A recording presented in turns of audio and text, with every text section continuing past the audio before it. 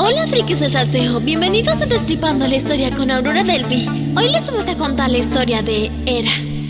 Siendo chiquitita, la comen, la vomitan y luego se enfrentó a su papá. Recta y arrogante, belleza deslumbrante, la diosa del espacio sideral.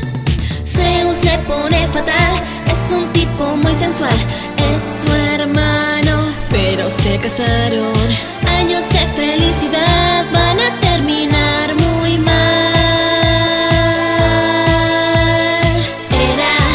Su marido Zeus la engañó. Ese dios es un descontrol. Rey de la seducción. Siempre que le pilló, se vengó. Lanza a sus amantes castigos denigrantes. Si tuvo un hijo le perseguirá. Son acribilladas, se mueren calcinadas. Ser una vaca no te salvará. Si la intentas cortejar, tu trasero acabará en el fuego. Esto no es un juego. Odia la infidelidad, odia tu felicidad. A una diosa Zeus engendró. Por envidia Hefesto parió.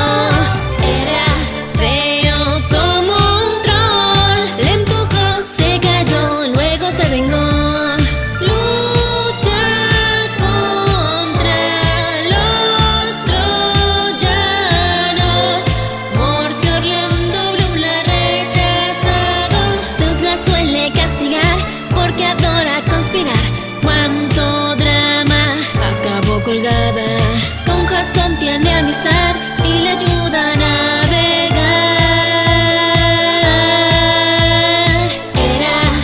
Con Heracles tuvo follón. Al final le pide perdón. A su hija ofreció. Se casó, se acabó, se calmó.